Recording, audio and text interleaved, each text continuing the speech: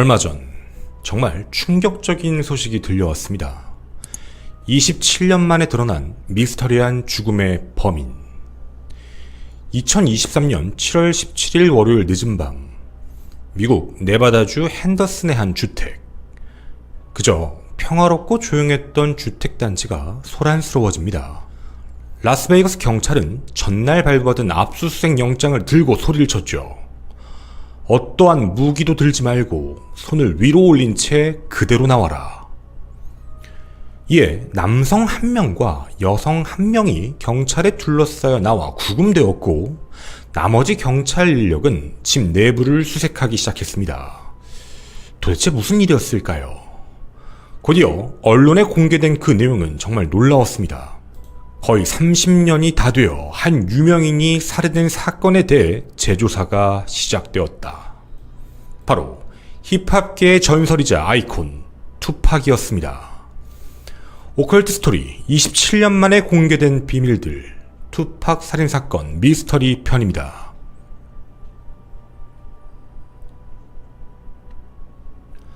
네, 안녕하십니까, 김원입니다. 투팍이라는 이름을 들어보신 적이 있으신가요? 요즘 세대에겐 좀 생소한 이름일 수 있지만 아직 전 세계에 그를 전설로 기억하고 추모하는 수많은 팬들이 남아 있습니다.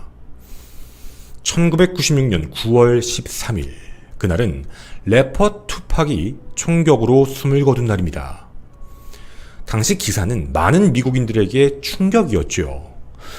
무려 일주일간 생과사를 오가며 혼수 상태로 모두가 기적적으로 깨어나길 바랬지만 결국 돌아오지 못했습니다. 총격으로 인해 사망했다. 그것도 길 한복판에서 말이죠. 하지만 이 사건의 범인은 검거되지 않았고 지금까지도 수많은 가설들을 등장시키며 사람들에게 미스터리한 죽음 혹은 미제 사건으로 남아있었습니다. 그런데 27년 만에 재조사가 들어가 누군가를 구금했다는 것, 당연히 엄청난 이야기였죠. 그럼 이 미스터리한 총격 사건을 설명하기에 앞서 투팍이라는 인물에 대해 먼저 설명을 드리고자 합니다. 시간을 끌기 위함이 아니라 투팍이라는 인물과 그 주변 사람들의 관계를 알아두셔야 내용 이해가 편한 점 미리 양해 부탁드립니다. 투팍 샤커, 1971년 6월 16일 생으로 어머니부터 비범했습니다. 당시 미국의 흑표당이라는 곳의 멤버로서 있었는데요. 그게 해체되면 문제가 생겨 재판을 받는 일도 있었죠. 그 재판 과정 중에 투팍을 임신을 했고 결국 투팍은 재판 이후에 태어나게 됩니다. 하지만 당시에 좀 문제가 많아 돈이 없다 보니 투팍의 나이가 12살이 될 때까지 굉장히 가난하고 불우한 삶을 유지하며 살고 있었죠. 헌데 갑자기 투팍에게 희망의 불꽃이 보이게 됩니다. 어머니의 예전에 만났던 남자친구가 함께 살기 시작을 하면서 어느 정도 생활 수준을 영위할 수 있게 되었죠.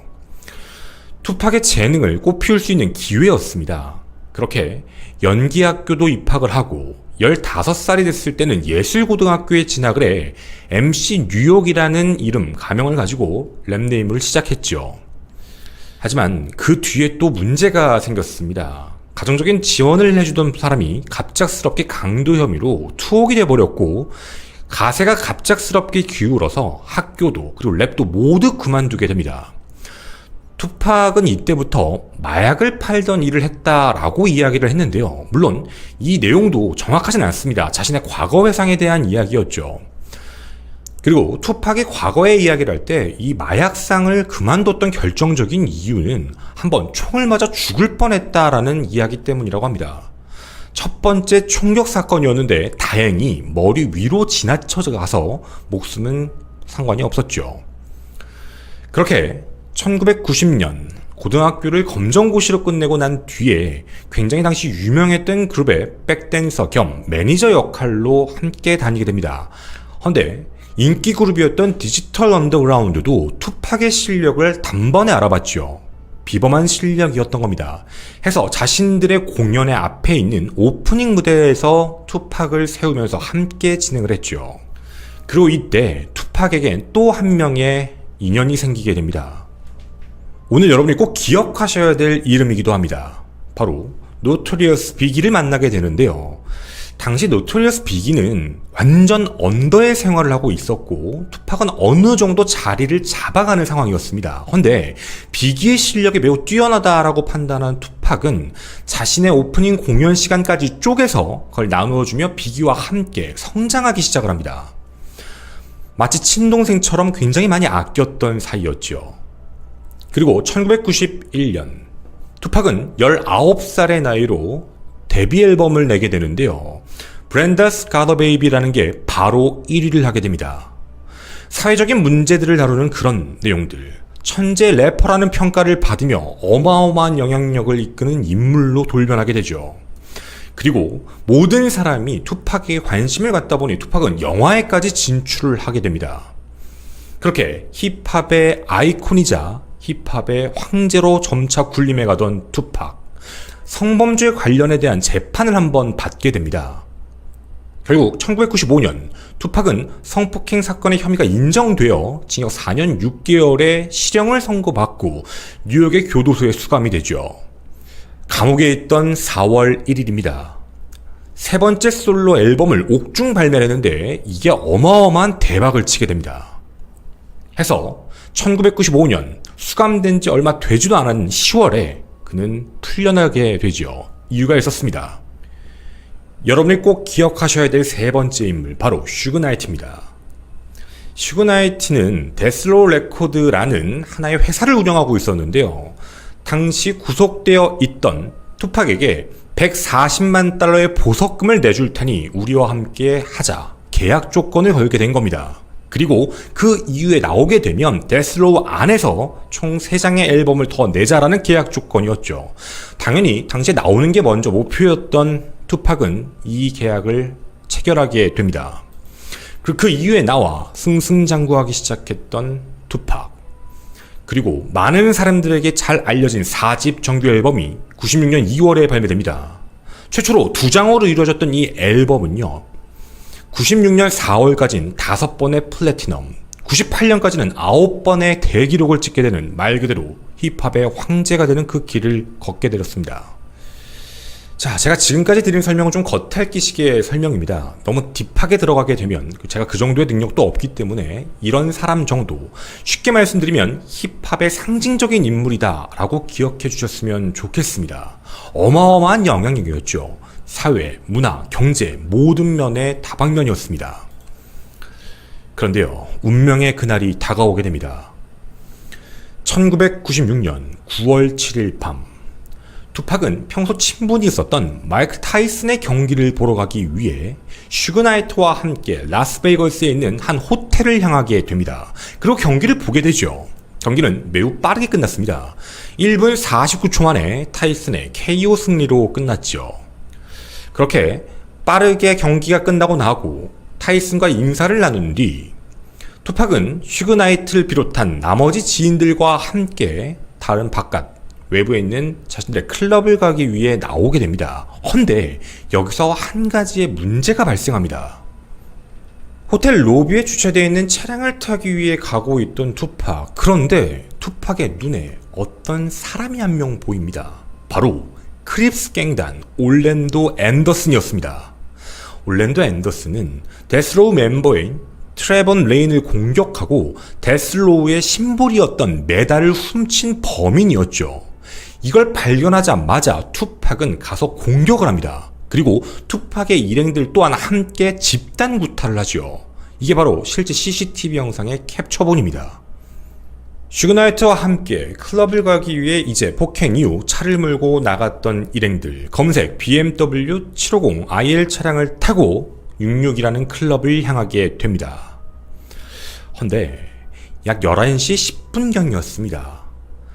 호텔 앞쪽에 있는 이스트 플라밍고 앞 교차로에 빨간 신호를 보고 이들은 정차를 하게 되죠. 헌데 이때 여자 2명이 탄 차량이 왼쪽으로 와서 차량을 멈추고 이들을 알아봅니다. 말을 건네자 이때 투팍과 슈그나이트는 함께 그 여자에 대해서 클럽으로 놀러와라 라는 이야기를 함께 하고 있었죠.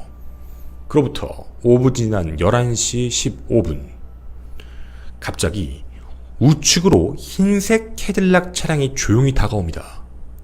그 순간 뒷문의 창문이 내려가고 투팍이 타고 있던 오른편에 정차한 이후 투팍을 향해 집중 사격을 가하기 시작하죠. 총 발사한 건 11발, 그 중에 9발이 투팍을 노린 거였습니다. 위치 자체가 이러다 보니 슈그나이트 같은 경우에는 총알이 대부분 다 비껴나갔죠. 투팍은 그 9발 중 4발을 몸에 맞게 되는데 한 발은 대퇴부, 한 발은 팔, 그리고 나머지 2발이 가슴 쪽을 맞았습니다. 근데 그 2발 중 한 발이 오른쪽 폐에 정확하게 꽂혔죠. 그때부터 호흡곤란 증상이 있었습니다. 총격 사건 이후 대형 병원으로 이송되어 약 6일간 혼수 상태로 살고 있었던 투팍. 하지만 오래 버티질 못했습니다. 일주일 뒤였던 9월 13일 오후 4시 3분 나이 25세 나이로 결국 숨지고 다음날 화장을 하게 되지요. 힙합의 전설이자 힙합의 아이콘으로서 너무 어린 나이에 세상을 등지게 됐던 겁니다. 자, 우리가 이렇게 보게 되면 한 가지는 분명히 알 수 있습니다. 타겟형이다. 차를 분명 따라왔을 가능성이 높고 총기를 미리 준비하고 있었을 가능성도 높았습니다. 물론 총기 허가 국가이기 때문에 총기는 늘 갖고 있을 수 있을지는 모르겠지만 총 자체를 슈그나이트보다는 투팍을 향해 집중적으로 쐈다라는 이야기는 투팍을 죽여야겠다라는 목적성을 분명히 볼 수 있었죠. 근데 당시 이상할 정도로 수사가 제대로 되지 않아서 결국 미제 사건으로 빠지게 됩니다. 자, 그럼 과연 범인은 누구였을까요? 많은 사람들이 여러 명의 용의자를 생각했습니다. 언론이 집중했던 용의자 첫 번째, 바로 슈그나이트입니다. 아마 좀 아이러니하실 겁니다. 슈그나이트. 당일날 함께 있었고 차량을 운전했던 사람입니다. 근데 그 사람이 범인이다라는 이야기가 나오기 시작하죠. 그 이유가 있었습니다. 투팍이 자신의 앨범이 잘 되기 시작을 하자 데스로우를 나가려고 했다라는 그 이야기 때문이었죠. 바로 배신한다라는 것 때문에 누군가를 시켜서 일부러 투팍을 죽였다라는 그런 가설이었습니다. 그리고 그가 의심을 받았던 이유가 또 있었는데요. 총격을 미친 듯이 받고 난 다음에 갑작스레 슈그나이트는 이상한 행동을 하기 시작합니다.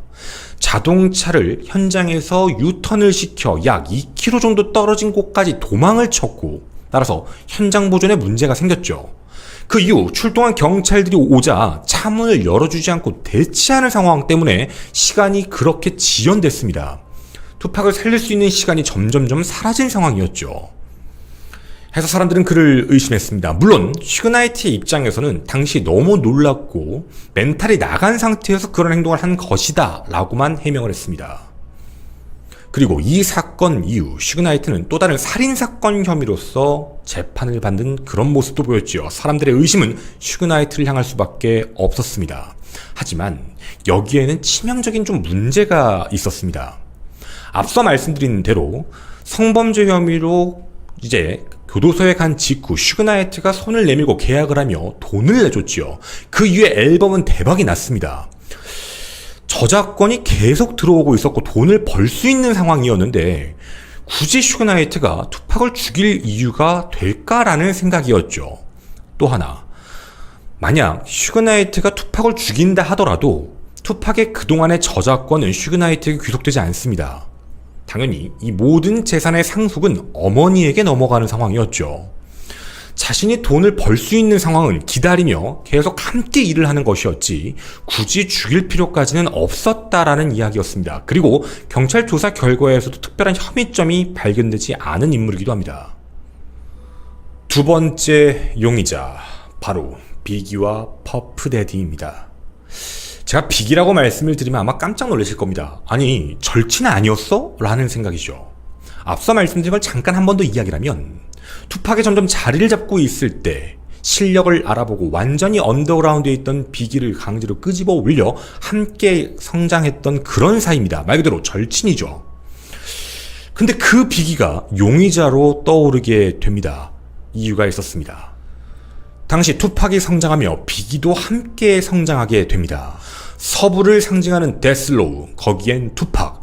동부를 상징하는 배드보이, 거기엔 비기. 이렇게 갱스터들 사이에 날카로운 신경전, 그리고 이들 사이엔 디스전이 계속적으로 이루어지고 있었죠. 상징적 인물이었지만 각각 한 지역을, 동부와 서부를 대표하는 거물들로 성장해버린 겁니다. 그런데 이들 사이를 완전히 갈라놓은 충격적인 사건이 하나 발생하게 됩니다. 바로 총격 사건이었죠.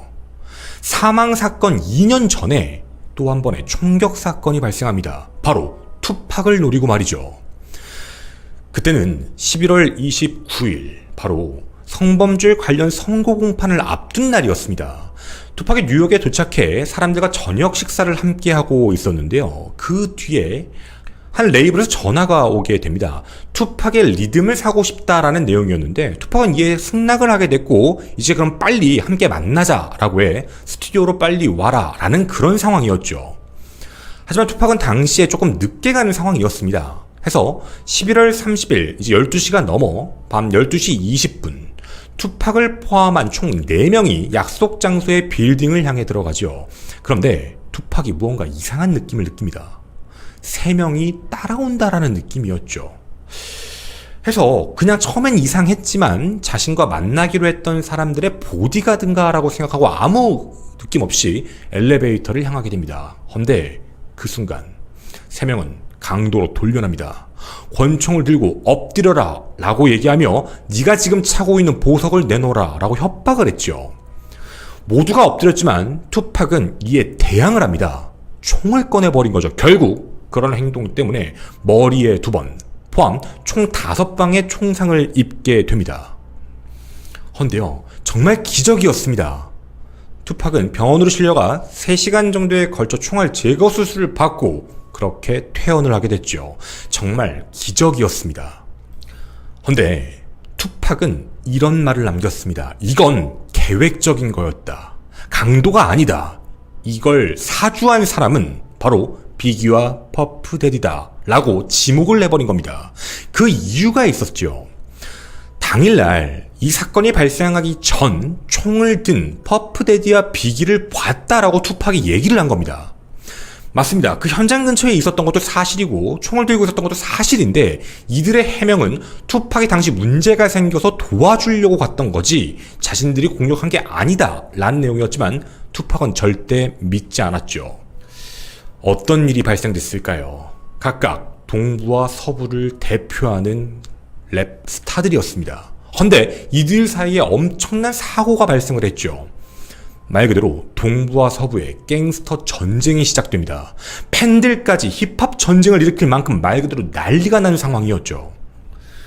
따라서 투팍이 사망한 이후에 모든 대부분의 화살이 비기에게 넘어갑니다. 비기가 누군가를 시켜서 청부 살해한 거다라는 내용입니다.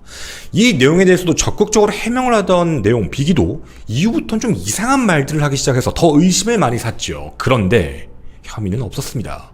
하지만 투팍이 사망한 지 6개월 뒤 비기도 의문의 죽음을 맞이합니다. 그것도요, 투팍과 똑같이 말이죠. 차량을 타고 가고 있다. 옆에 차량이 서게 되고 총기를 난사하게 됩니다. 결국 비기도 그 총알을 맞고 현장에 30분 만에 사망하게 됐죠. 세 번째 용의자 올란도 앤더슨 기억나시나요? 바로 앞선 그 CCTV 장면에서 봤던 그 얼굴입니다. 사건 당일날 호텔에서 폭행을 당했던 올란도 앤더슨, 그가 죽였다라는 얘기였죠. 물론 사건 발생 당시에도 그에 대한 이야기는 많았습니다. 당시 크립스 갱단 소속이었던 올란도 앤더슨, 자신이 폭행을 당하자 화가 나서 그거에 대한 보복행위로 공격을 한 것이다 라는 그런 얘기들이 있었죠. 하지만 당시 경찰 조사 결과에서도 특별한 혐의점이 발견되지 않아서 무언가 증명할 수 있는 방법이 없었습니다. 그렇게 그도 아무렇지 않게 풀려났었죠. 그런데요, 이 사건은 2018년 새로운 국면을 맞게 됩니다. 2018년 이름 데이비스, 닉네임 키프 D라는 갱입니다. 그가 엄청난 증언을 합니다. 자기가 암에 걸렸는데 이제 말할 준비가 되었다라고 이야기를 했죠.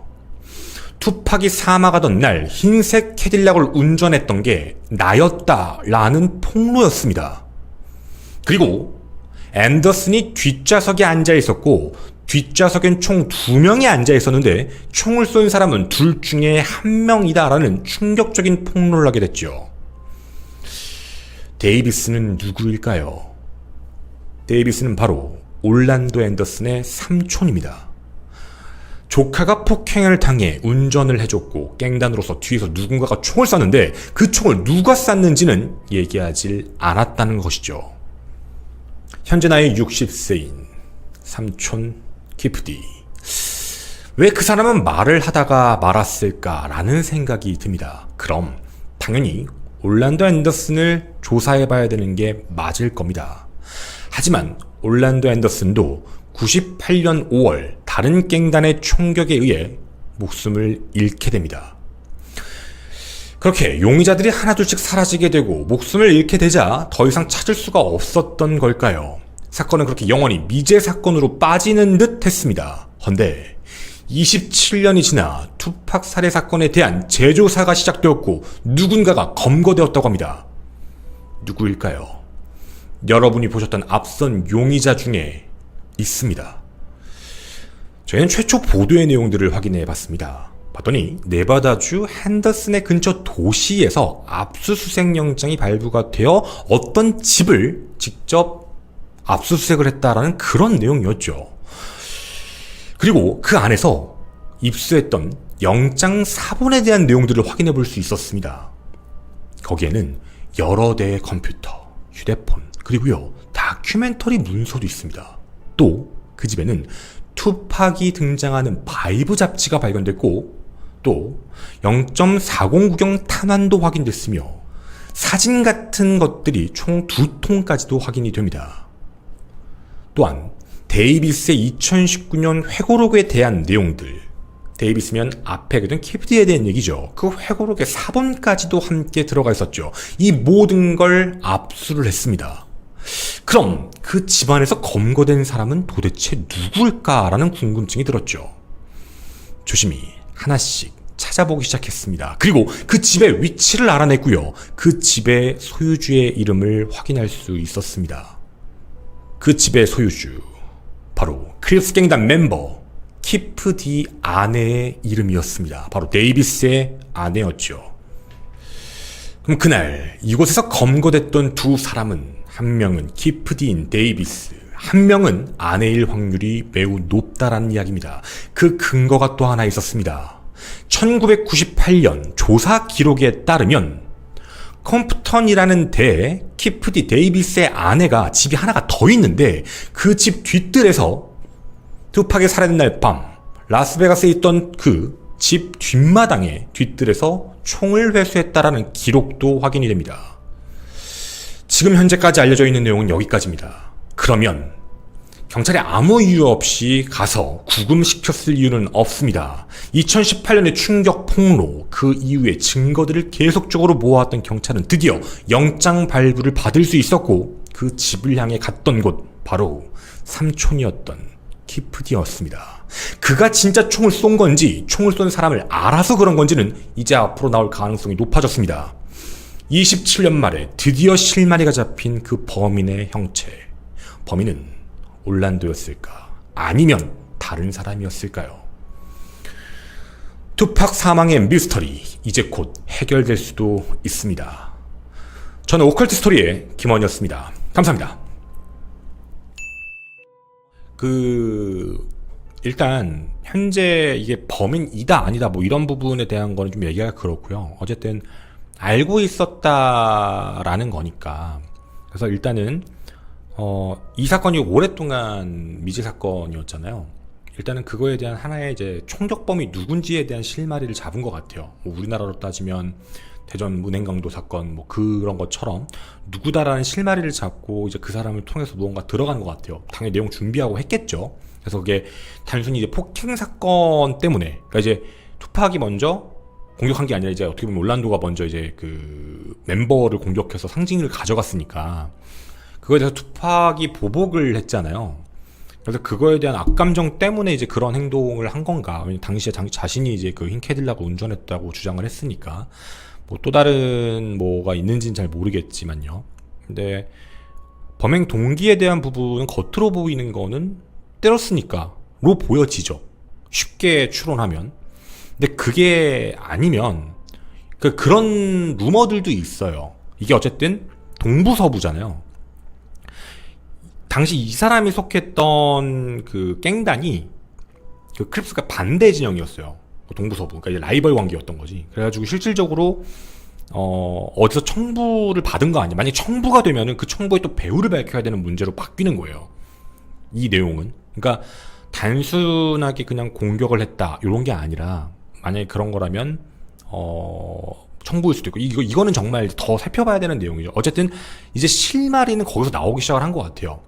막 여러 용의자들 얘기가 나왔지만 어찌되었든 그 안에서 무언가를 찾았고 그래서 그거에 대해서 구금을 하고 사람은 증거들을 압수수색을 한 상태로 물론 이제 압수수색 영장이 그냥 나오진 않잖아요. 특히나 이 오래된 미제 사건인데 그냥 느낌이 세서 한번 잡아볼게요 한다고 법원이 한번 해보려면 이러진 않거든요. 무언가가 있는 상황들 속에서 내용들을 쭉 수사했던 것들을 보완하고 해서 이런 걸로 해서 영장 발부를 했고 그게 나왔고 그래서 이제 가서 한 것 같아요 직접. 이렇게 되면은 그냥 뭐 어떻게 될지는 잘 모르겠지만 이제 그거에 대한 내용들도 하나씩 나오지 않을까라는 생각입니다. 네. 그래서 일단은 뭐 상황만 놓고 봤을 때는 그런 내용들이 좀 나왔고요. 네. 한번 좀 지켜보면 좋지 않을까라는 그런 개인적인 생각입니다. 그래서 이 사건이 어떻게 해결했지? 예전보다는 좀 한 단계 조금 더 갔다라는 느낌이고요. 그리고 가장 많이 나오는 제가 절대 하지 않는 이제 그런 거긴 한데 자꾸 뭐 투팍이 살아있다 해가지고 되게 흐릿한 CCTV를 가지고 좀 비슷한 체형과 비슷한 룩을 입고 있으면 얘기를 많이 나오는 것 같은데 그건 좀 아닌 것 같습니다. 네, 그런 거는 좀 뭔가 좀 그렇잖아요. 네, 그래서 그런 건 좀 아닌 것 같고 그리고 뭐 제가 잘 아는 건 아니지만 투팍이 그 처음 총격을 당하고 갈 때도 뭐 그 손으로 손가락 욕을 하고 fuck you라고 하면서 갔다라고 하는데 그리고 두 번째 총격에서 이제 이제 의식을 잃어가는 상황에서 fuck you라고 했다라고 알려져 있더라고요. 그 정도 성격이면은 살아났을 때 숨어 지내지는 않을 거라는 생각입니다. 그러니까 그런 음모론은 더 이상 안 나왔으면 좋겠다라는 개인적인 생각입니다. 이것도 더 나올 거라고 믿고요. 한번 기다려보면 더 자세한 내용을 전해드릴 수 있으면 전해드리도록 하겠습니다. 평일 저녁 6시 누군가는 약속된 일정을 소화하기 위해 누군가는 고된 일과 후 퇴근을 위해 분주히 움직이는 그 시각 충격적인 일이 발생합니다. 사건 발생 장소는 성남시에서도 가장 유동인구가 많은 서현역 일대. 흉기를 들고 닥치는 대로 공격하는 범인. 누구도 누군가가 나를 공격할 것이다 라고 예상하며 살아가는 사람은 없습니다. 특히나 그 수많은 사람들 틈 속에서 흉기를 든 채 말이죠. 방심이 아닌 말 그대로 무방비 상태에서 공격을 당한 수많은 사람들. 공격부터 검거까지 6분 남짓한 시간에 무려 14명의 사상자가 발생했습니다. 불과 며칠 만에 또다시 발생한 충격적인 칼부림 살인사건과 수많은 파생 피해들. 김원 사건 파일, 서현역 흉기난동 살인마 최원종 편입니다.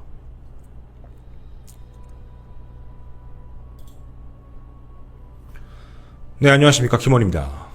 얼마 전 발생한 피고인 조선의 칼부림 사건의 충격이 채 가시기도 전 또 한 번의 충격적인 소식이 들려왔습니다. 이번엔 경기 성남시 분당 서현역 일대. 8월 3일 오후 5시 51분경 모닝 차량 한 대가 좌회전을 하더니 이내 인도를 타고 돌진하기 시작합니다. 속도가 쭉 올라가더니 앞선 보행자들을 차례대로 치기 시작을 했지요.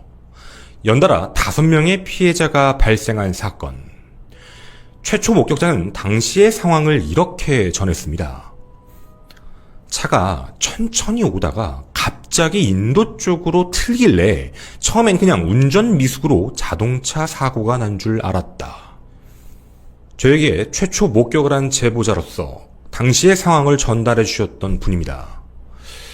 사람들이 웅성웅성거리며 현장에 몰려들기 시작을 했고 그 안에서 나오는 사람의 모습이나 표정에 대해서 절대로 잊을 수가 없었다라고 말씀을 하셨죠.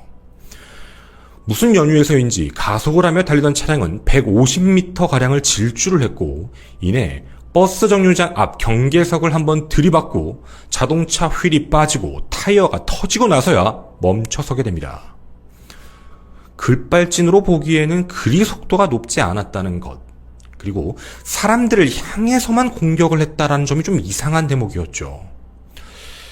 하지만 좌회전을 하다 인도를 탄 거니 정말 초보 운전자의 단순한 실수였던 걸까요?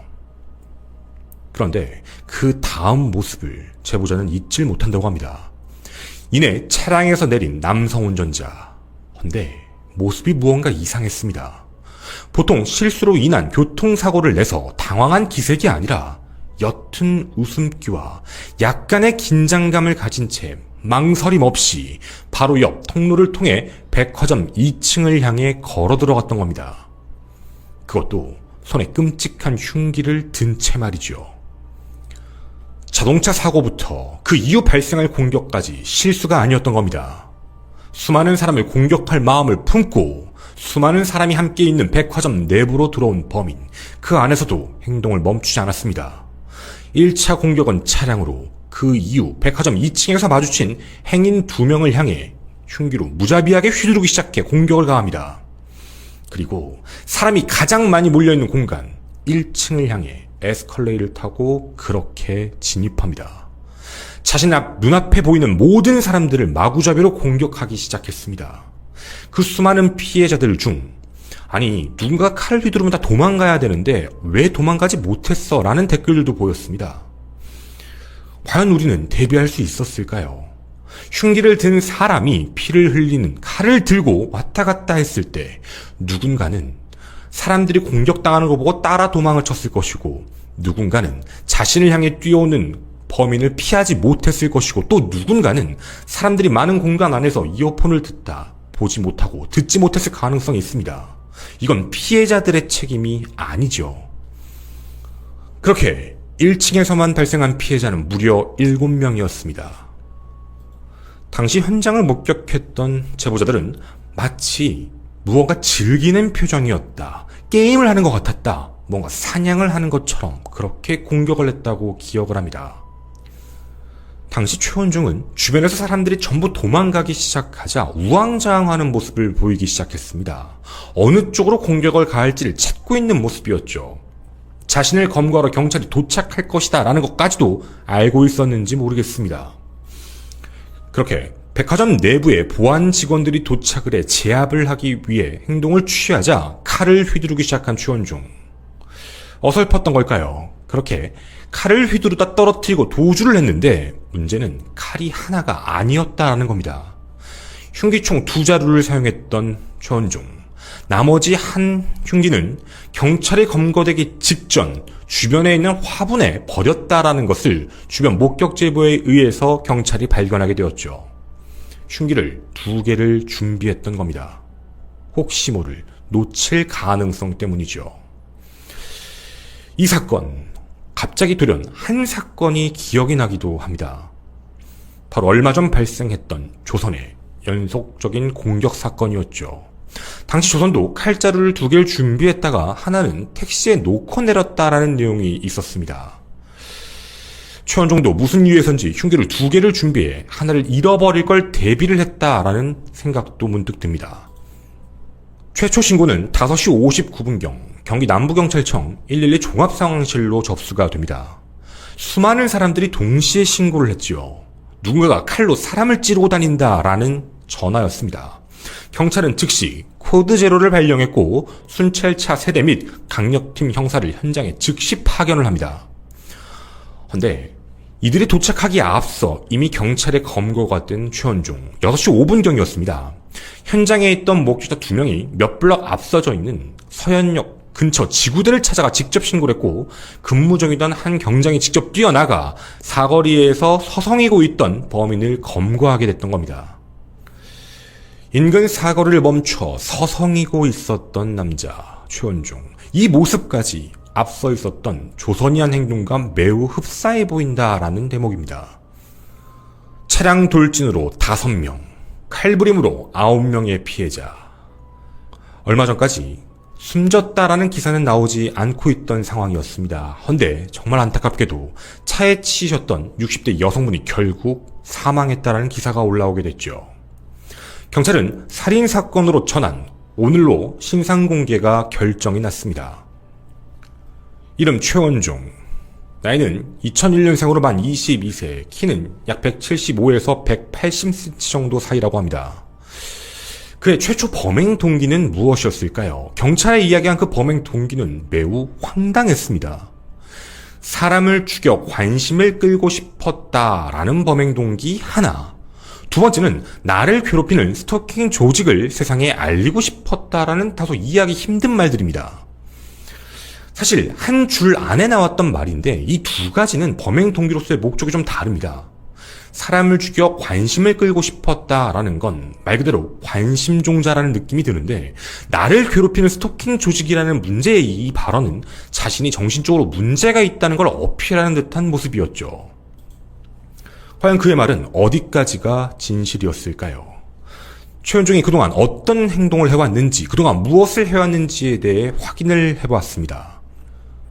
최원종은 중학교를 졸업한 이후 대인기피증이 심해지며 고등학교를 자퇴한 것으로 확인이 됩니다. 물론 이 안에는 과거 특목고를 지망했는데 이 특목고가 떨어지기 시작하면서 그런 문제가 발생됐다라는 유추도 있죠. 당시에 정신건강의학과 진료 기록에 따르면 조현성 성격장애가 있다라는 판단을 받았다고 합니다. 약간 반사회적인 느낌입니다. 사람을 만나거나 사회적인 활동에 대한 게 없고 자기 혼자 하는 것, 그리고 감정의 변화가 없습니다. 모든 어떤 사람들이 얘기하는 거에 정반대에 대한 모습을 보이는 모습이죠. 그럼 그는 사회에 대해서 행동을 어떻게 표출하기 시작했을까요? 바로 인터넷 세상이었습니다. 그는 한 사이트에서 프로그래밍 관련 갤러리에서 주로 활동을 한 것으로 확인됐는데요. 게임을 만들어 출시했던 이력도 하나 보입니다. 바로 구글 플레이 게임 스토어에 올린 내용이죠. 유튜브에도 이 내용을 올려놓은 것도 확인을 했습니다. 자신이 만든 게임이다 라고 얘기하며 사람들에게 소개하는 영상들이었죠. 물론 이 개발 정도의 수준을 어떻게 얘기할 수는 없습니다. 사람들 사이에서 전 게임 개발자였다, 전에 수학 올림피아드에서 상을 탈 정도로 공부를 굉장히 잘했고 특목고에 진학하려다 실패, 이런 모습을 보였고 정신적인 질환이 있을 것이다 라는 여러 가지 추측들, 그런 내용들만 합쳐지고 있는 상황이었습니다. 그럼 정말 그가 가지고 있었던 정신적인 질환에 대한 문제 때문에 이런 일이 발생된 것일까요?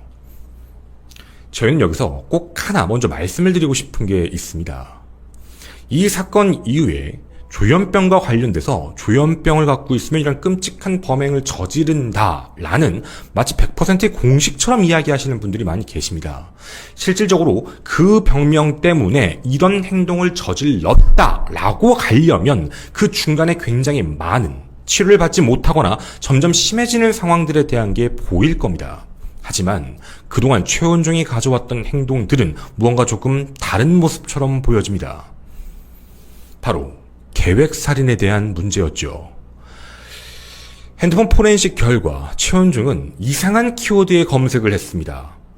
칼을 구입하기 위해 사시미 칼을 검색하거나 가스총, 방검복 혹은 칼을 들고 다니면 불법인가 라는 질문의 키워드 및 앞서 의심했던 신림동, 묻지마 흉기난동 살인사건, 이런 키워드들을 검색한 내용들이었죠. 누가 보더라도 정신이 온전한 상태에서 계획적으로 범행을 저질렀다라고만 보이는 대목입니다. 그는 과거에 어떤 글들을 남겼을까? 최원종이 유일하게 자신의 생각을 외부에 아무렇지 않게 말할 수 있었던 공간은 인터넷 익명의 사이트였습니다. 자신을 SKNT 설계자라는 닉네임으로서 활동했던 최원종. 그런데 여기에 소름 끼치는 글이 하나 있습니다. 7월 말경 자신이 사시미 칼을 샀다라고 얘기하면 글을 올리는 모습이었죠. 양말에 슬리퍼까지 콜라보하면 드디어 완료가 된다. 밖에 나갈 때 30cm. 사시미 칼을 들고 다니는 23살 누구다. 이런 글들을 남깁니다. 그리고 8월 2일에는 어차피 곧 이세계 감, 서현역 지하에 디저트를 먹으러 가는 중, 이런 글들까지 남겼죠. 그의 과거 행동들은 비슷한 내용들을 알아볼 수 있게 했습니다. 지속적으로 고인 모독의 글을 올리거나 혹은 뭔가 지역 감정, 젠더 감정에 대한 글을 아무렇지 않게 쓰며 사람들에게 분란을 조장하는 모습들, 또한 과거 전쟁의 전범들을 찬양하는 이상한 글들을 올리며 매우 반사회적인 모습으로 사람들 앞에 나타나 있던 그런 사람이었죠. 실제로 신림역에서 사건이 발생하자 군사력 강화 이런 글까지 올리며 사시미 칼로는 부족하다, 40만원짜리 무기를 대량 주문했다 라는 글도 썼습니다.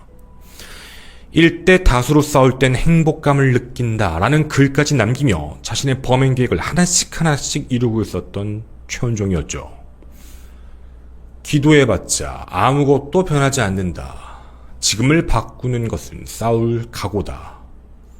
서현역 최원종이라는 글자. 누가 보더라도 계획적으로 범행을 저지르기 위해 그 전날까지도 현장을 방문했던 계획범 최원종입니다. 이런 끔찍한 범행을 저지른 상황, 과연 범죄의 형량에 대한 문제는 어떻게 될까요? 많은 분들이 걱정하고 있는 대목이기도 합니다. 자신의 과거 정신질환을 핑계로 심신미약을 인정받아 감형을 받진 않을까라는 생각이죠. 사실 이 부분에 대해서 전문가 분들도 많이 우려하고 있는 상황입니다. 현재 검경에선 테러 행위로 간주해 강한 처벌에 대한 의사를 피력하고 있는데요. 과연 재판부도 그걸 받아줄지에 대한 문제지요.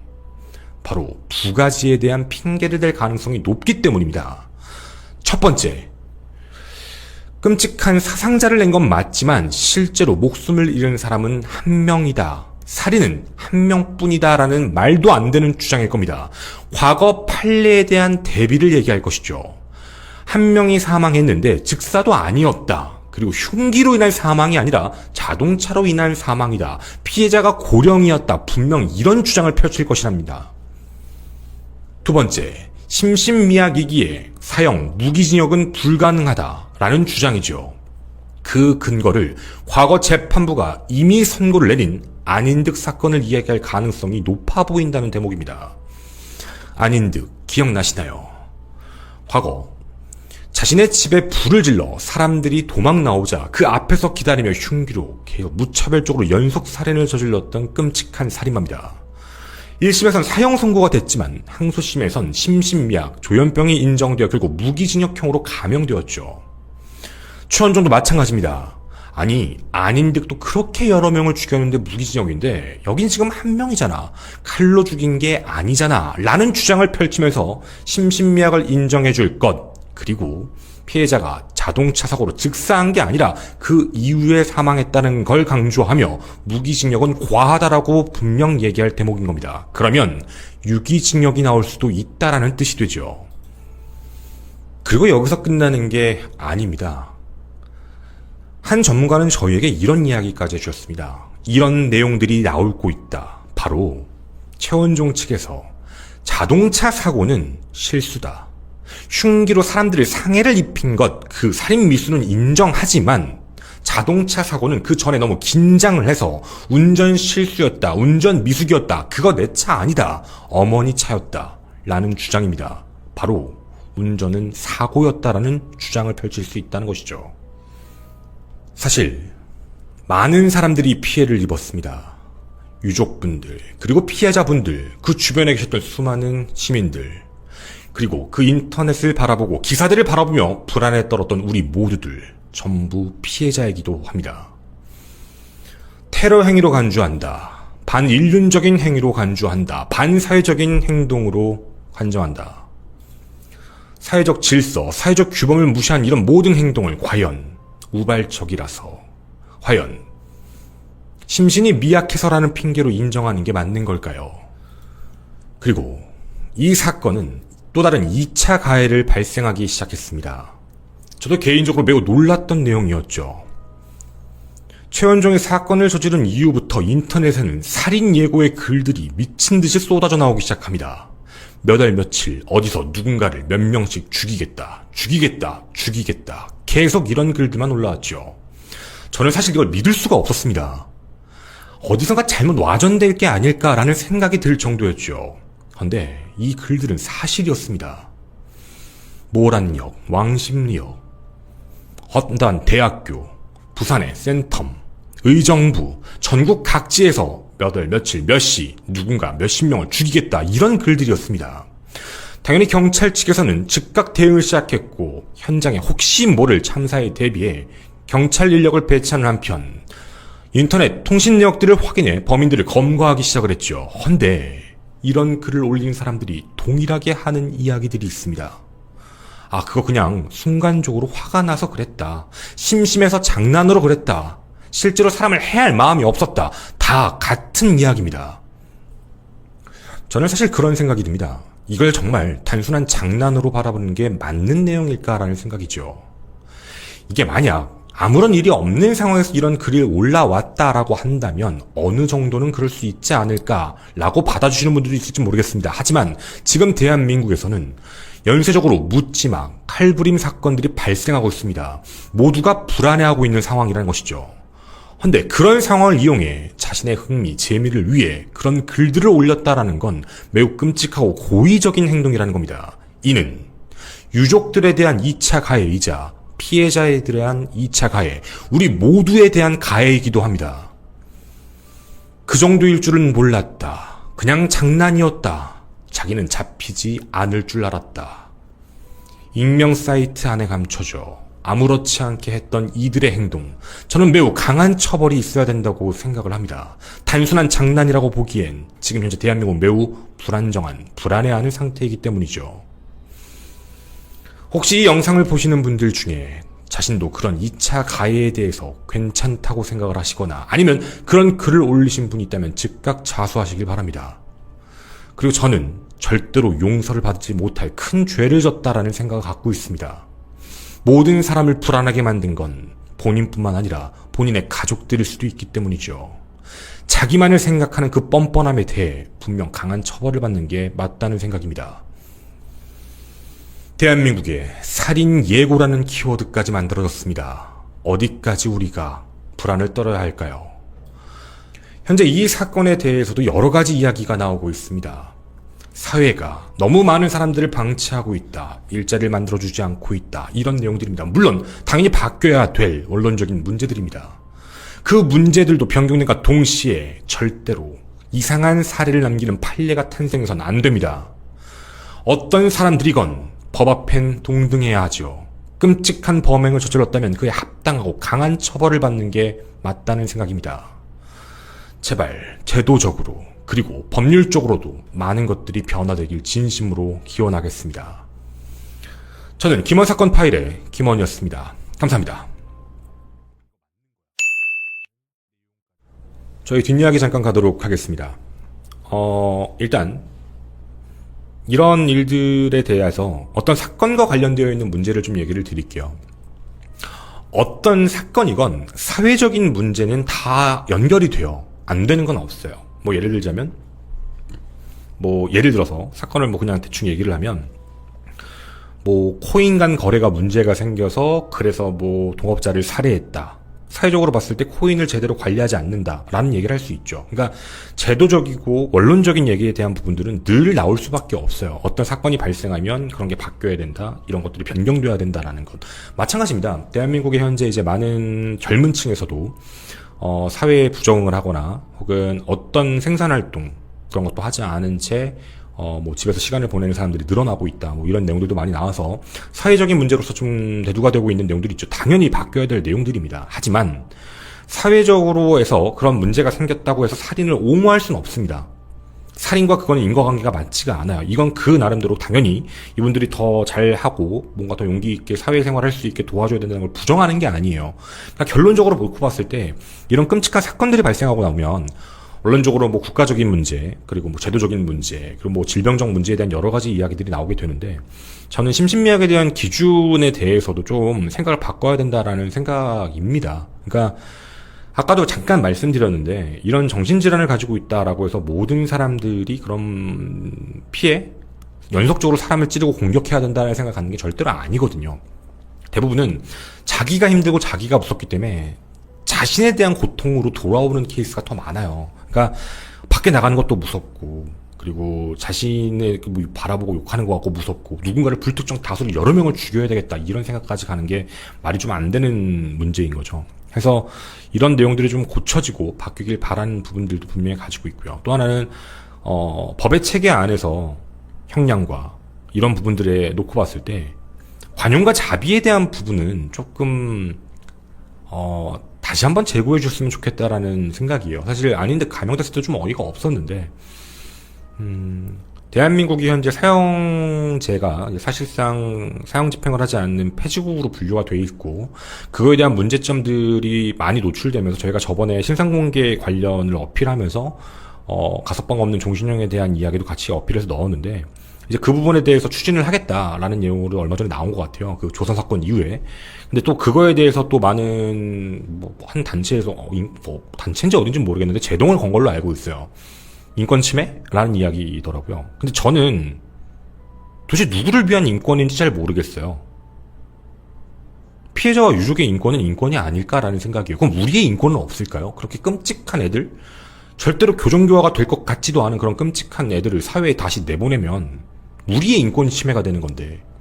그리고 걔네들 아니 그런 끔찍한 애들이 저지른 행동들에 대해서 국가적으로 그런 가석방 없는 종신형을 만들게 되면은 그건 좀 너무 끔찍하고 인권 그쪽에 대한 문제가 생기는 거니까 조금 그거는 아닌 것 같다. 그럼 교정교화를 본인이 시키시든가요. 안 되잖아요. 모든 애들 다 그냥 너 나빴지? 너 그냥 가석방 없는 종신형 이런 얘기가 아니에요. 당연히 제도죠. 생기면 무기징역과 가석방 없는 무기징역의 가이드라인은 분명히 만들어줘야 돼요. 어느 정도면 교화의 가능성이 있으니까 무기징역. 이건 교화의 가능성이 없으니까 가석방 없는 무기징역. 이런 문제들인 건데 이걸 너무 안일하게 얘기하는 게 아닌가 싶어요. 그러니까 좀 이런 부분들에 대해서는 조금 더 공부도 많이 하시고 여러 가지를 알고 계신 분들이니까 그런 이야기들이 나왔을 거라는 생각은 하는데 법감정에 대한 부분은 무시를 안 하셨으면 좋겠어요. 그래서 그런 부분들도 같이 좀 생각을 해주셨으면 이라는 생각이고요. 이런 극악무도한 범죄자들의 인권은 침해를 일부 받아도 된다는 생각입니다. 인권을 침해했으니 말이죠. 그래서 그런 개인적인 생각이고요. 그리고 또 이거 뒷이야기니까 제가 좀 얘기를 하면 저는 그 살인예고 글들을 올린 대상자들 그 누가 됐던 촉법이고 나발이고 간에 저는 진짜 강한 처벌을 원합니다. 그게 맞다고 봐요. 말이 안 돼요. 이걸 어떻게 장난으로 해요. 장난으로 그냥 사람 죽이겠다라는 글을 썼다고요. 그게 왜 장난이죠? 전 그게 너무 궁금해요. 그냥 재밌잖아요. 그럼 병신 새끼예요. 사람이 죽었어. 사람들이 피해를 입었어. 그게 장난이라고요? 이거야말로 반사회적 인격장애 아니에요? 이걸 어떻게 장난이라고 얘기를 할 수 있어요? 그냥 심심해서 그래봤어요. 미친 소리죠. 아니 심심하면 나가서 축구라든가 게임을 하든가 인터넷에서 불특정 다수가 보는 공간에서 글 그렇게 싸질러서 불안감을 조성하는 게 심심해서라고요. 저는 어떠한 말로도 다 핑계예요. 말이 안 돼요. 이걸 어떻게 받아들여야 될지 정말 모르겠어요. 어떻게 저런 글을 아무렇지 않게 쓸 수 있지라는 생각이 들 정도니까. 그리고 이 행동 자체가 철없어서 그랬다. 뭐해서 그랬다. 아니요. 싹수가 노란 거예요. 여기 지금 10대 애들도 있다고 하는데 그 부모님들이 보시면 저 싫어하겠지만 아니요. 저는 싹수가 노란 새끼라고 봐요. 아니 진짜 진심으로 하는 얘기예요. 그러니까 장난이었다니까요. 원래 착한 애예요. 아니요. 생각 바꾸셔야 돼요. 이건 진짜 말도 안 되는 내용인 거예요. 정말 심심하고 장난치고 싶어가지고 그런 글을 인터넷 세상에서 올렸다라는 거는 반사회적 인격이 장애가 분명히 있는 거거든요. 치료받아야지 빨리. 뭐 하는 거야. 저는 정말 이게 아무리 인터넷 세상이고 익명성이 보장되어 있는 공간이라고 얘기를 한다고 치더라도 해야 될 말이 있고 하지 말아야 될 말들이 있다라는 생각이거든요. 저는 이게 구별이 안 가는 정도라면 저는 정말 세게 가야 된다는 생각이에요. 이것조차 구별 못하면 어떻게 밖에 나와서 사회적인 사람으로 살아가요. 저는 너무 경멸했어요. 제가 이제 INFP라고 많이 완전히 신봉하는 건 아니지만 전 진짜 인류애가 많으면서도 이런 거 보면 인류애가 사라지거든요. 전 진짜 농담인 줄 알았어요. 설마 저런 거 그냥 어디서 찌라시로 도는 거겠지. 근데 진짜 그 살인 예고라는 글들이 올라오기 시작했고 제가 사는 지역에서조차 올라와요. 잡아놨더니 현역 군인이었다 뭐였다. 정말 어떻게 저럴 수 있지? 그런 생각이에요. 정말 테러 행위의 테러 예비 행위입니다. 이런 내용들은 정말 본보기 삼아 강하게 처벌을 해주셨으면 좋겠어요. 그 어떤 누구도 어떤 한 사람한테 가서 문자로든 전화로든 나 너 죽여버릴 거야 라고 얘기해도 죄거든요. 근데 인터넷 공간에 불특정 다수를 공격하겠다라고 말한 것 자체도 테러 행위예요. 그들은 또 그렇게 이야기했지. 진짜 할 거였으면 인터넷에 글 안 썼겠죠. 개소리 하지 마세요. 다 변명이고 핑계예요. 안 할 거니까 인터넷 썼다고요? 보통 사람이 인터넷에 그런 글도 안 써요. 아예. 그러니까 진짜로 안 그랬으면 좋겠고, 그런 건 장난이 아니에요. 장난이라고 받아들일 수도 없고, 정말 너무 인류애가 사라져서 좀 그런 생각이 좀 들어서 이렇게 좀 강하게 말씀을 좀 드린 것 같습니다. 여러분들께도 또 하나 이제 좀 부탁을 드리자면, 저희 많은 이제 시청자분들, 우리 인터넷에 보면 그런 애들 많아요. 아무렇지 않게 사람들의 분열과 갈등을 조장하는 글을 싸지르는 새끼들 되게 많아요. 재밌어요. 희열감을 느껴요. 킥킥킥거리면서. 걔네들한테 노란하지 마세요. 제가 늘 보면서 느끼는 건데, 저도 이제 악플러들도 많이 잡았어요. 제가 얘기하는 악플의 기준은 좀 다른 거 아시죠? 전 비판 가지고는 뭐라고 안 하는데, 그 악플러들을 바라보고 있으면 항상 똑같아요. 부러워서 그랬다. 그냥 뭔가 나는 안 되고 나는 힘든데 너는 그걸 하고 있는 것 같아서 좀 싫어서 그랬다. 그냥 심심해서 그랬다. 장난이었다. 다 이런 식으로 얘기를 해요. 인터넷에 그런 비슷한 글들 싸지르는 애들 많아요. 아무렇지 않게. 자신의 삶에 대한 불만족스러움? 그런 걸 가지고 사람들한테 갈등 유발을 시키면서 희열감을 느끼는 진짜 안타까운 종족이에요. 보고 있으면 사실 되게 치근하고 불쌍하긴 해요. 그런 글들 인터넷에 막 갖다 써주려고 하는 거 보면. 얼마나 사회에서 칭찬하고 도와주고 함께 할 수 있는 능력이 없으면 사람들의 나쁜 점을 바라보고 사람들을 어떻게든 까내리려고 하고, 자기가 어떤 사람을 까내리고 싶으면 그 누구든 소환시켜서 비교하며 까내리고, 자기한테 그러면 매우 싫어하면서 그런 상황들로 모든 걸 이끌어가고, 밖에 사회생활할 땐 자기 얘기를 못하고 남의 사람, 뭐 내가 아는 형, 내가 아는 지인, 내가 누구를 아는데 이런 얘기만 하고. 저는 그런 사람들에게 꼭 해주고 싶은 얘기가, 사회로 나와서 본인부터 바꾸세요. 본인도 대한민국의 하나의 구성원이고 인격체고 세상을 살아가고 있는 사람이잖아. 그러면 세상에서 살아가는 그 사회적인 공동체 구성원으로서 뭔가 노력을 하고 희열감도 느껴보고 쾌락도 느껴보고 성취감도 느껴보고 가끔씩은 좌절도 해보고 부딪혀도 보고 그러고 살아가야 된다고 저는 생각을 해요. 당연한 얘기잖아요. 근데 그 모든 것들을 배제한 채 자기가 스트레스 받는 건 남 공격하면서 풀려고 하고, 자신에 대한 어떤 논리적인 근거에 대한 문제가 아니라 사람들한테 갈등 조장을 하면서 희열감을 느끼고 그거에 대해서 맞다고 생각하면서 낄낄거리고, 내가 드디어 이런 걸 해냈어. 이상한 성취감이죠. 제발 사회로 나왔으면 좋겠습니다. 더 이상 안쪽 말고요. 그리고 그게 얼마나 자기 자신을 깎아내리는 내용인지 꼭 기억하셨으면 좋겠습니다.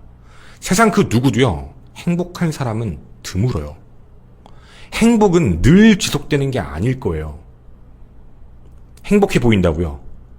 행복해 보이는 사람이 진짜 계속 행복할까? 행복은 그냥 오지 않거든요. 안 겪어봐서 모를 수도 있는데요. 열심히 공부해서 대학에 가요. 성취욕이죠. 그 공부하는 동안 얼마나 힘들었을까요? 고통이 수반되니까 행복이라는 걸 느끼고 살아가는 거예요. 고통을 하다 좌절을 느껴서 그걸 고쳐서 행복으로 바꿔가는 거예요. 모든 사람이 이렇게 살아가요. 인스타 보고 페이스북 보고 뭐 보면 다 행복해 보이고 즐거워 보이고 다 나만 아닌 것 같고 그게 힘들어요. 그냥 그런 애들은 그러고 사는 거예요. 아, 얘는 그러고 사나 보다. 그냥 지가 성취한 거 올리고 싶었나 보지. 그 안에 숨어있는 노력이나 가치나 행동에 대한 모든 부분을 배제해버려요. 그리고 요행이라고 자기 혼자 생각을 해요. 정말 세상이 요행으로 가능할 거라고 생각하세요? 정말 세상이 요행으로 가능했다면 왜 본인은 요행이 안 됐을까? 정직하게 살아서? 아닐걸? 노력과 요행은 좀 다른 문제인 것 같아요. 그리고 행복의 정의에 대해서 늘 말씀드리지만, 행복은요, 밥 먹는 것도 행복이에요. 진짜라니까? 야, 그게 왜 행복이야? 아니, 느껴봐. 예를 들면 정말 열정적으로 뭐 프로젝트를 하거나 열정적으로 공부하거나 열정적으로 뭘 하고 있고, 아니면 운동도 마찬가지 다이어트 하다가 내가 일주일 동안 열심히 운동하고 식단 관리하다가 이제 드디어 한 끼를 제대로 먹을 거야. 행복이에요. 왜 못 느끼냐고. 느끼세요. 열심히 일하고 저 맥주 먹을 때 너무 저는 즐기고 있어요. 행복해요. 그 사소한 행복이라고 얘기할지 모르겠지만 저는 그것 때문에 살아가요. 뭔가 되게 잘 됐어. 막 큰 행복 있을 수 있죠. 네, 맞아요. 저는 많은 분들에게 그렇게 생각을 합니다. 세상 누구나 단점을 갖고 태어났고 부족합니다. 누구나 부족한 인간이고, 나도 마찬가지죠. 저도 완벽한 사람도 아니고 저도 부족한 걸 너무나도 많이 갖고 있어요. 근데 저는 그 부족한 걸 받아들이고 바꾸면서 살아가려고 노력을 해요. 그리고 그거에 대해서 여러분이 인정해주면 너무 감사해요. 사족의 긴 이유가, 제가 오늘 이 영상을 찍을 때 그런 좀 뭔가 반사회적인 생각을 갖고 하는 사람들이 조금이라도 바뀌길 바라서 그래요. 조금만. 저 처음에 방송할 때요, 됐죠? 이거 137번 했다고 욕 뒤지게 먹었어요. 그 첫 번째 방송 때. 근데 나는 그게 악플이라고 전혀 느끼지 않았어. 그래서 됐죠라는 말을 고쳤어요. 그걸 뺐거든요? 말버릇이었어요. 학원 강사를 7년 8년을 했는데 얼마나 그것도 나한테는 큰 적이었어. 바꿨어요. 그 뒤에 됐죠를 안 하니까 막 자꾸 이상한 버릇이 생겨요. 아니면 옷을 자꾸 만진다든가 댓글을 달려요. 고쳤어요. 저 그것만 있는 줄 아세요? 저 시옷 발음 진짜 안 좋아요. 알아요. 저 근데 과거 영상보다 지금 많이 좋아졌어요. 저한텐 컴플렉스 있을지 모르겠지만 난 그걸 컴플렉스라고 받아들이지 않거든. 시옷 발음이요, 홍보하면 되지, 연습하면 되지, 교정학원 다니면 되지. 완벽하게 고쳐지는 건 힘들대. 근데 어쨌든 하고 있는 거예요. 근데 그걸 알아주는 사람들이 생겨요. 난 너무 좋아요. 소소한 행복이죠. 완벽한 사람 없어요. 좌절할 수 있어요. 힘들 수 있어요. 극복해야죠. 그럼 좌절에 부딪혀서 난 안 돼 라고 하고 받아들이고, 아니요, 그럴 필요 없어요. 저는 넌 그런 상황이 안 돼봤으니까 그렇게 얘기할 거야, 내 상황이 아니잖아 라는 또 비교의 마인드로 가실까봐 말씀을 드리지만, 내 삶 모르잖아. 내가 어떤 인생을 살아왔는지 당신도 모르잖아. 내가 어렸을 때 어떤 삶을 살아왔고 내가 어떤 인생과 어떤 역경을 고쳤는지 당신 모르잖아. 난 누구보다 내 그 과거에 집안에 있었던 많은 일들 정말 장난 아니거든. 나 오죽하면 한 출판사에서 연락 왔어. 내 인생사에 대해서 책 좀 쓰자고. 거절했어요. 전 그런 사람이 아니라서. 모르잖아요. 모르면 본인도 함부로 얘기하지 마시다, 이 얘기예요. 너는 지금 그러니까 그래 보이잖아. 아니요. 내가 여기까지 오는데 얼마나 많은 일들이 있었는데. 저 그냥 한 거 아니에요. 진심이에요. 그러니까 많이 그렇게 살아가시는 분들이 있겠지만, 그리고 많이 그런 게 불편하고 힘드시겠지만, 제 이야기로 그게 바뀔 거라고 생각이 들진 않지만, 조금만 생각을 바꾸고 조금만 긍정적으로 조금만 더 힘냈으면이라는 생각이에요. 우린 최원종이 아니잖아. 우린 안인등이 아니잖아. 우리는 조선이 아니잖아요. 우리가 바뀌어가기 시작을 하면 사회는 더 아름다워질 거예요. 법과 제도가 변경되는 것도 당연히 있어야 되겠지만, 우리가 바뀌어가면 당연히 그 모든 것들이 안정화되기 시작할 거라고 믿어요. 그래서 우리 그렇게 같이 좀 생각하면서 살았으면 참 좋겠다라는 생각입니다. 남을 헐뜯고 나쁜 것만 보고 단점만 보려고 하지 말고, 있죠, 누구나 다. 근데 그걸 최대한 자기 자신을 발전하는데 좀 썼으면 좋겠고, 그리고 그런 거에서 행복을 좀 느꼈으면이라는 개인적인 생각입니다. 물론 저도 인생을 다 산 게 아니고 저도 그렇게 뛰어난 사람이 아니라서 그렇게 하면 안 되는데, 여러분들께서도 저도 살아가고 있는 거잖아요. 그래서 어쨌든 같이 이제 열심히 우리 같은 시간, 같은 공간 안에 살고 있으니까 각자의 역할로서 최선을 다해 살아가려고, 더 이상 이런 끔찍한 일이 발생 안 됐으면 좋겠습니다.